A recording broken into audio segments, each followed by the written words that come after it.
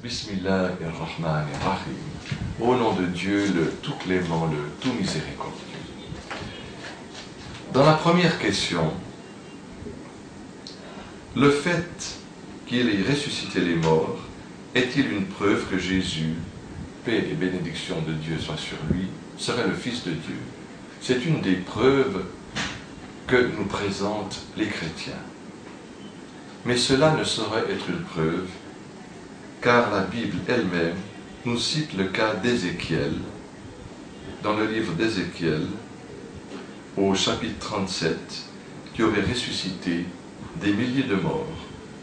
Le cas d'Élie aussi, dans le chapitre le premier livre des rois, au chapitre 17, au verset 20 et 24, Élie a ressuscité aussi un mort. Et dans le deuxième livre des rois, au chapitre 4, au verset 32 et 37, c'est Élisée qui aussi aurait ressuscité des morts. Et enfin, Jésus lui-même, dans l'évangile de Jean, au chapitre 11, au verset 42-44, a ressuscité des morts avant sa propre résurrection.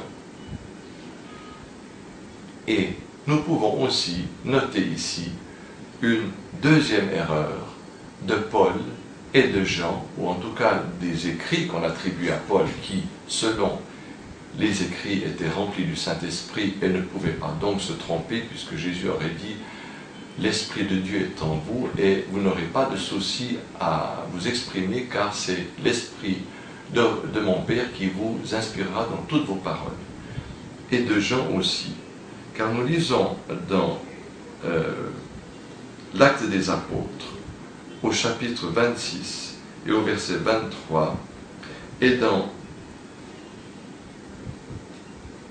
l'Apocalypse, au chapitre 1, au verset 5, que Paul et Jean ont écrit que Jésus est le premier des ressuscités.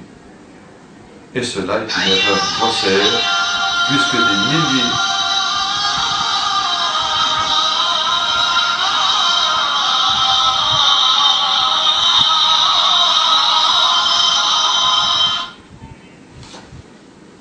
et cela est une erreur grossière, puisque des milliers de morts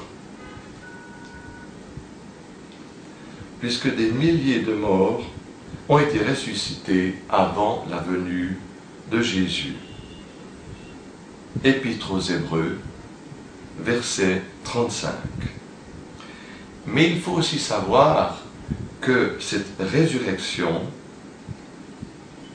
qu'on veut nous présenter comme étant spirituelle seulement et non pas une vraie résurrection avec le corps, que cela n'est pas aussi conforme au texte, car Jésus, selon Luc,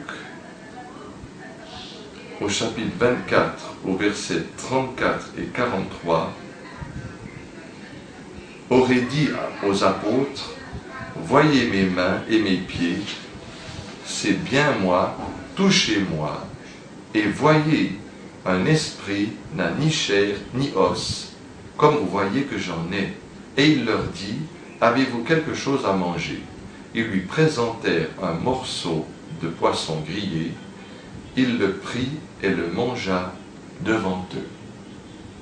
Donc ces paroles, ces explications, ce témoignage de celui qui a écrit l'évangile de Luc nous apprend que cette résurrection était une véritable résurrection.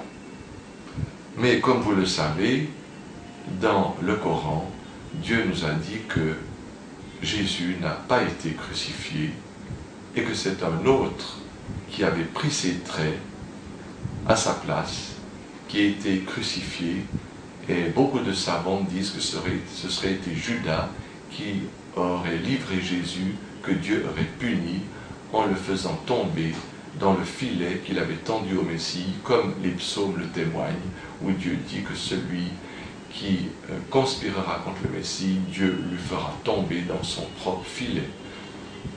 nous voyons aussi dans plusieurs passages de l'Évangile que Jésus n'a pas été reconnu ni par ses disciples, ni par sa mère, et que Dieu, ayant pouvoir sur toutes choses, avait aussi pu faire prendre les traits de Jésus à quelqu'un d'autre, et que c'était tout à fait possible que quelqu'un d'autre ait été crucifié à sa place, car Dieu sait comment dénouer et déjouer les ruses des mécréants.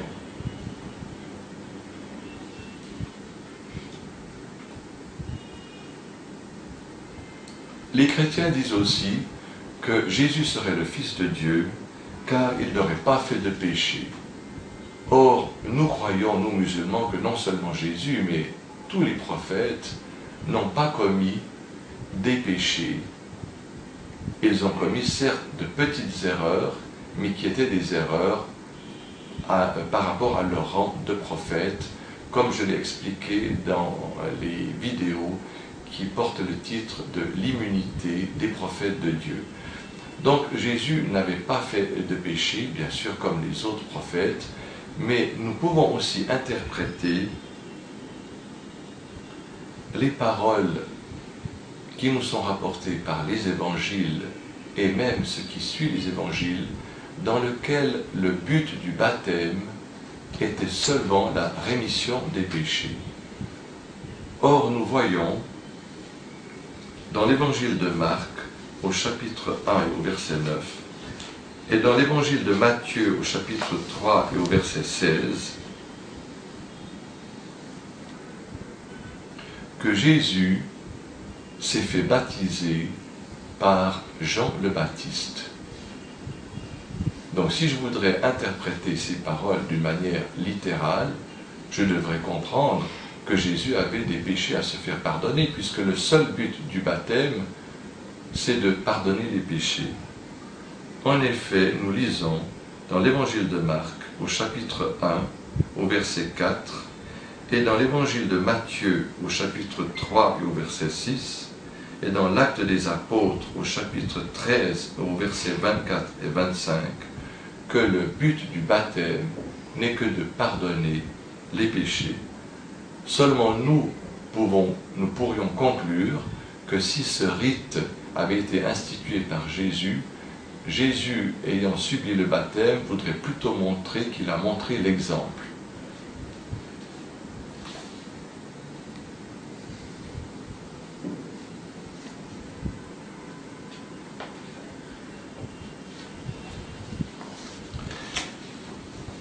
Il y a aussi une autre preuve extraordinaire, c'est celle que Jésus, d'après l'Épître aux Hébreux, au chapitre 7 et au verset 1 et 4, aurait quelqu'un qui lui est semblable et qu'il ne serait pas du tout unique. Je vous cite ce que dit l'Épître aux Hébreux, chapitre 7, versets 1 et 4. Melchisédek est roi de la paix, sacrificateur de Dieu le Très-Haut, sans père, ni mère, sans généalogie. Il n'a ni commencement de jour, ni fin de vie, mais il est semblable au Fils de Dieu. Ce Melchisédek demeure sacrificateur à perpétuité. Fin de citation. Vous voyez bien que nous ne pouvons pas prendre en considération tous ces textes, car ils présentent de nombreuses contradictions. Par exemple, vous lirez que l'Esprit Saint, qui pour les chrétiens est une personne de la Trinité divine, s'exprime d'une manière différente dans 3 passages des évangiles. Dans l'évangile de Marc, au verset 10, l'Esprit Saint est une colombe. Dans l'Acte des Apôtres, au chapitre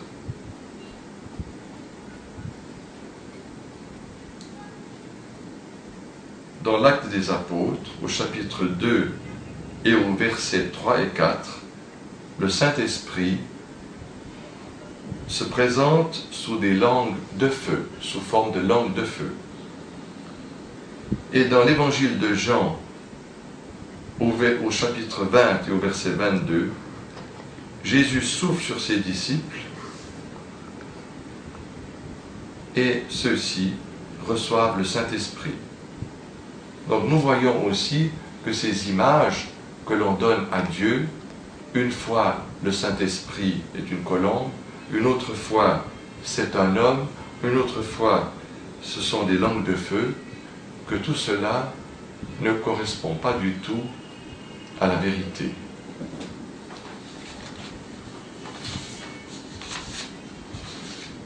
D'ailleurs, dans son livre, Dieu nous dit dans la sourate numéro 9 au verset 30, les Juifs disent « Osaïr est le Fils de Dieu ». Les chrétiens ont dit « Le Messie est le Fils de Dieu ». Fin de citation. Donc dans ce verset du Coran, Dieu nous dit bien que ce sont les chrétiens qui ont dit cela et les Juifs aussi. Et dans la sourate La Caverne, Dieu nous dit qu'ils prononcent les paroles de leur bouche, que c'est eux qui ont inventé cela. Dieu dit encore dans le verset de la sourate 9 qui suit, « Telle est la parole provenant de leur bouche, ils imitent la parole des mécréants avant eux. Qu'Allah les anéantisse. Comment s'écartent-ils de la vérité ?»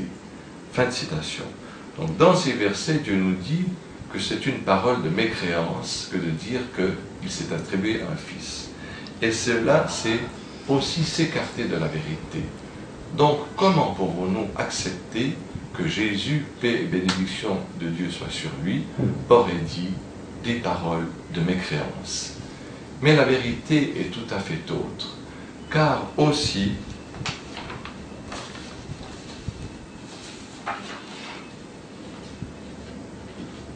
l'évangile de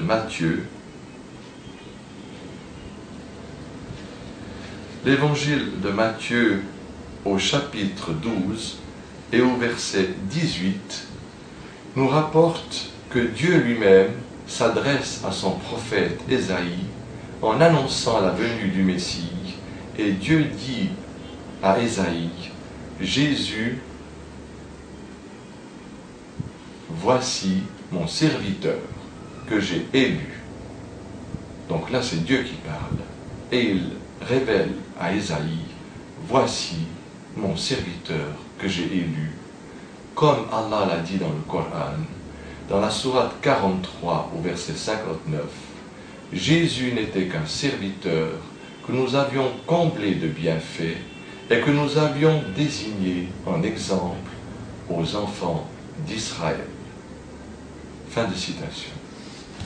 Assalamu alaikum wa rahmatullah wa barakatuh.